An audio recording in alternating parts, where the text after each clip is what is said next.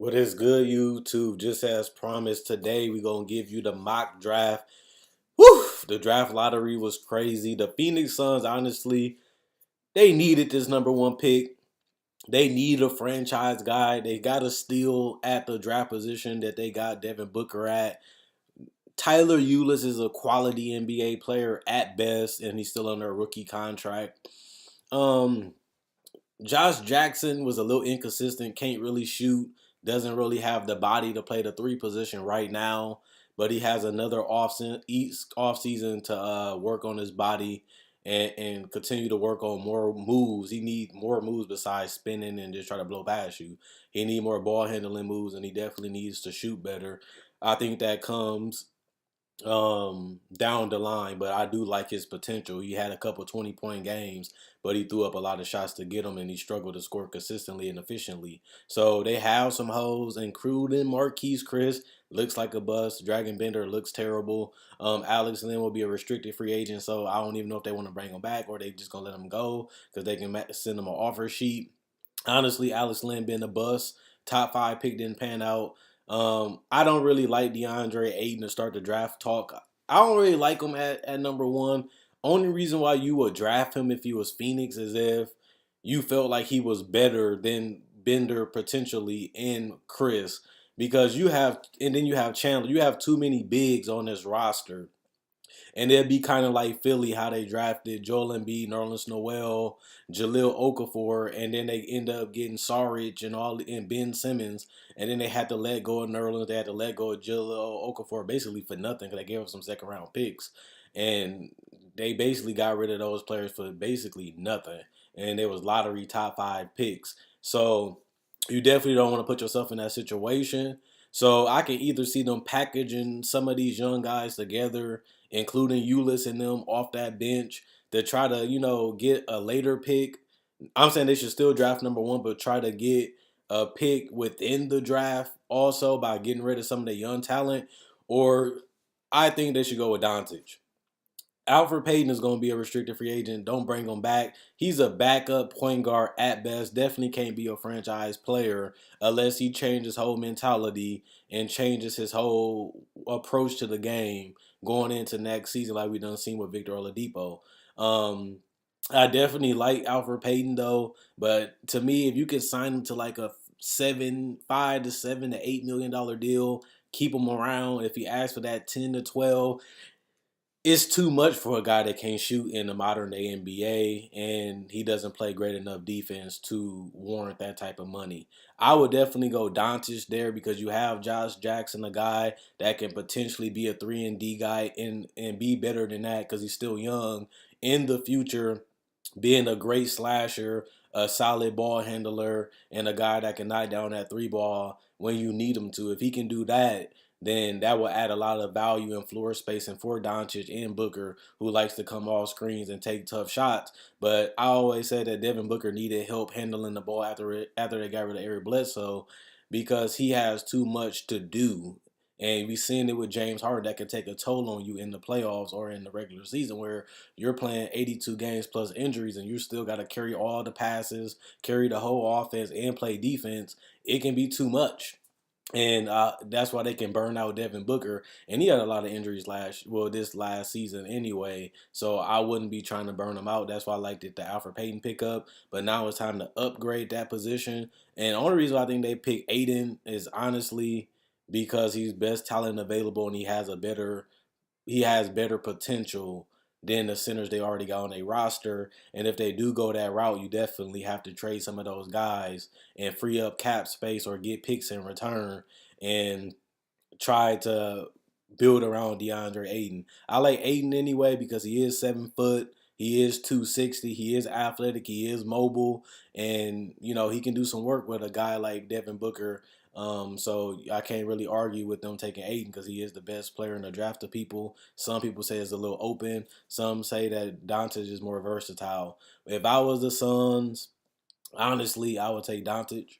But, depending on their situation, I can see them taking Aiden because he has a lot of potential too. And he does look better than Chris and Bender, but you still don't want to draft him and get nothing out of him but a second round pick.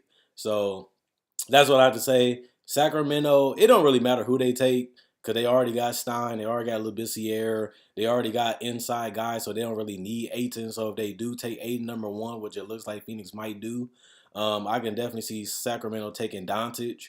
Even though they do have Fox, Doncic is a guy that can be a versatile forward, do multiple things. They do need that position solidified, and he do play point guard sometimes.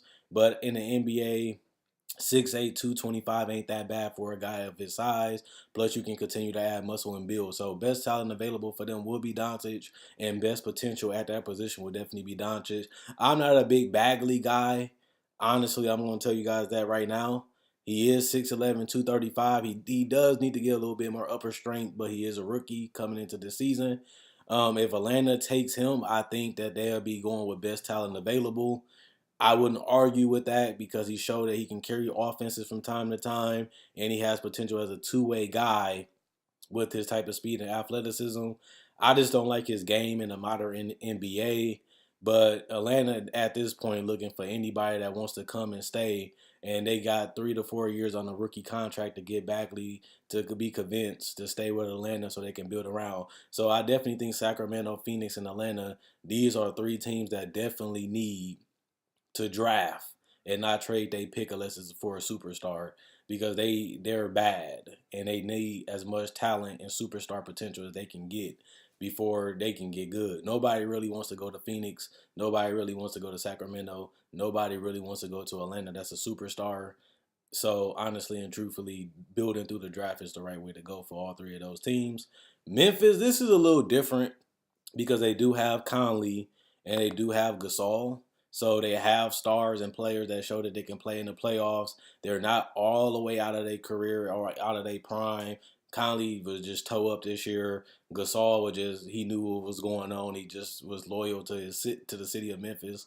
Um, I mean Tennessee, but definitely I would definitely with this pick I would probably trade it if you're trying to go for a championship. If not, they got Jared Jackson going for. I honestly, you wouldn't want to take Porter because of the back problems, and you already have injury history with Gasol and Mike Conley, so that wouldn't be the best pick. But they do need that three position and that four position filled, especially with Conley coming back with Gasol. They do need some athleticism there. They do need some size. Jared Allen is 6'11", 240. I like that, and that's an NBA body. Especially coming out right away, they're gonna need somebody that can come out and play right away and give them production while still being able to fit in with Conley and Gasol being getting the most touches. But if they do decide to blow it up, they still have to nab the best talent available to have some type of future to sell to their fans. Dallas, they definitely gonna try to take somebody because they have Harrison Barnes under contract. Dirk is going under. You have Dennis Smith Jr. showing star potential. I said he was gonna go to Dallas. I said he would be a starter, have a solid season. Inefficient guy, but he definitely needs somebody to tear up with that pick and roll. Nerlens Noel might not even be back on that roster, so it wouldn't be him. Dirk is going out of the door. So again, a guy like Michael Porter with high upside, but with those major injuries, you never really know. I think that definitely is a concern for Dallas. Taking Porter, is he fully healed? Getting that physical, working him out, seeing all the things that he can potentially improve on, and he's a versatile forward. 6'10", that's real big for that size.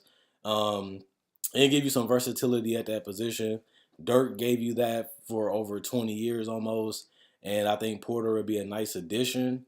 If not Porter, you can always go with Bamba if you don't want to keep Nerlens Noel underneath there.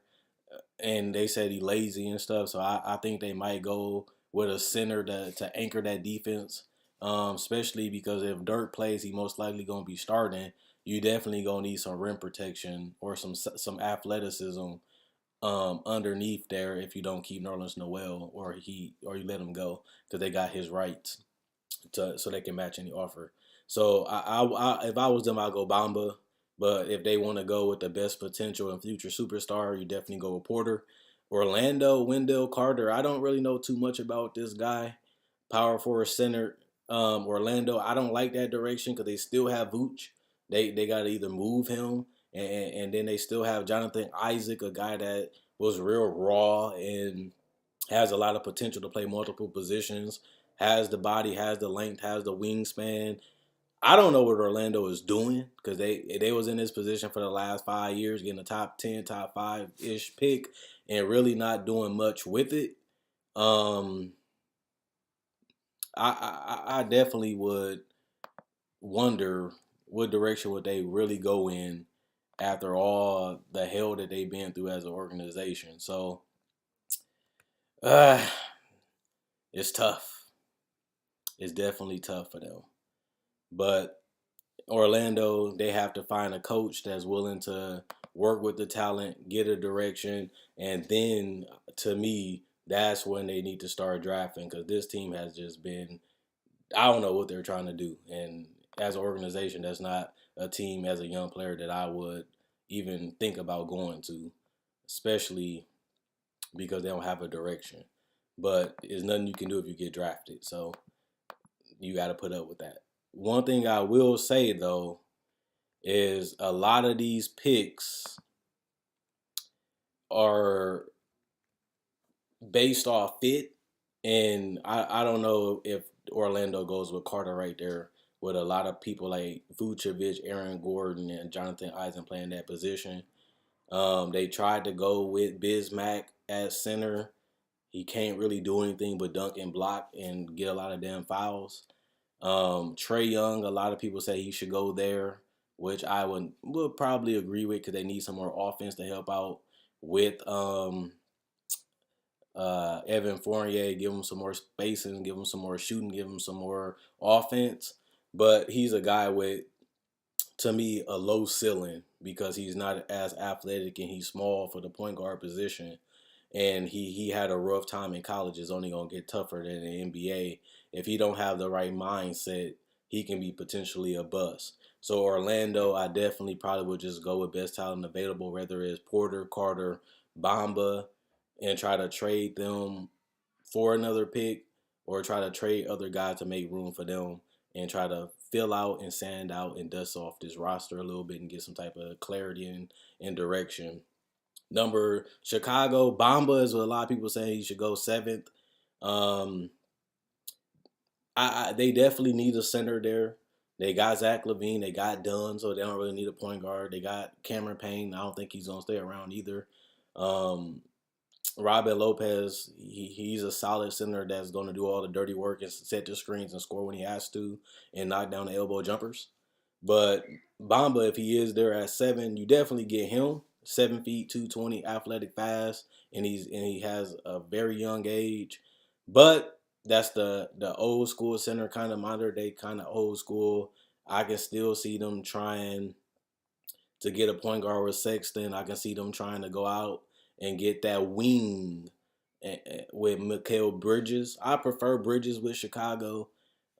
Personally, they're going to need that size. They're going to need that athleticism. They're going to need some shooting. I would personally, if I'm Chicago, go for Bridges because I got Zach LaVine and Dunn. And you definitely want to get that 3-position field. Plus, you got to think about it. You still have Bobby Portis. You still have um, um, shit. You still have their rookie Laurie Marketing. So you got two players that can play power forward center and they can stretch out the floor. That's more modern day NBA. I think they go Bridges there. That's what I would do. Cleveland, if Trae Young is there, people want him to be picked up. If LeBron leaves, then I think you're putting too much pressure on Young. If he stays, he can fit in with Young, but George Hill to me will be the better player now. So he might not get as much playing time and get buried on the bench because he's a guy takes a lot of risk and turns the ball over and takes a lot of bad shots. LeBron wouldn't like that, especially because he continued trying to go for a championship. If anything, I think the Cavaliers trade this pick to get another piece to go with LeBron from a younger team, probably like Sacramento or even Chicago or Orlando or even Phoenix try to get some younger players that can play different positions. But they still got Love. They still got Nance. They'll be fine. But Young is a high risk. Um, but I'm not high on him. If they go with Saxton, like I said, George Hill gonna eat up a lot of minutes, and his contract is kind of hard to move, especially the way he's been playing in the playoffs these last two games.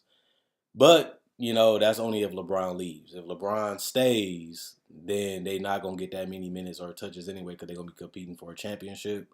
So I definitely think they try to keep LeBron and trade this pick for somebody else. If they keep the pick, it will hurt, and what's a good word for it? It will mess up their potential. If LeBron stays, rather if they get Saxton, Trae Young, or Bridges, they're not going to be as needed with the roster that LeBron will want. New York, they definitely should go for Miles Bridges. Like I said, I think they'll try to go for Jabari. If they can't go for Jabari, I think getting either Mikal Bridges or Miles would be ideal. Trying to get a forward, you still get tryout Frank Ntilikina. You still get to try out another year of Emmanuel Mudiay. They were big guards, big point guards. The modern day is about 6'3", 6'4", 6'5", and they have two of those guys on the roster. If you don't want to go in that direction, you can always get Saxton. If not, or Young, depending on who available. If not, don't really worry, because you still have two guys that can play that point guard position. So Bridges would be the ideal fit. Like I said, I can see them trying to go for Jabari Parker in free agency. But if they can get Miles Bridges or Mikal Bridges, go for it. Philadelphia, I don't really think they need this pick. This pick going to probably be on the bench, because they have their starting lineup established besides the shooting guard position, because Reddick can leave and go to a different team because he's a free agent. Bellinelli can leave too because he's under 1 year. Ersan can leave also. So I don't really see why they keep this pick, because they're trying to make a championship move, um, to be able to compete against Cleveland, Boston, and the Milwaukee's of the world in the East. They don't really need the 10 pick, and if they do, they're not going to get that many minutes unless they don't want to go the veteran route like they did this year, which would be surprising because it worked so well for them. Plus, you get another year of having Markelle Fultz healthy, having another year of Ben Simmons' growth, and adding to the game of Joel Embiid. So you definitely want to continue to plug in pieces around them, because you know what you have, and you know they're going to continue to evolve and expand that game. So I don't know if they take Miles. I don't know if they take Mikal. I think they get rid of that pick. If not, they find a six-man if they don't want to give it to Markelle Fultz. If they do, that's a waste of a lottery pick if you're not really going to play them. So let me know what you guys think. That's what I got to say about my mock draft. This is the first 1 through 10 mock draft. And also, one thing I will say too, I'm going to do a part 2 of 11 through 20 to get the whole lottery done. After that, I'm done with the draft. I only cover the 1 through 20s. And let me know what you guys think. Do you like it? Do you hate it? Do you think this pick? Do you think they should trade? Should they draft the best talent available? Or do you think, it's another player that you guys think is being slept on? Which I will get into 11 through 20, because that's a lot of more less polished, or they are what they are players, so they might be slept on, they might be underrated, they might be overrated, depending on who you ask, and I'll clear that up on part 2. Check out my website, analysisplayground.com, link in the description and in the comment section below. Check out my Facebook page, analysisplayground.com, link in the description and the comment section below. Quinn Wade, Basketball Analysis, I'm gone.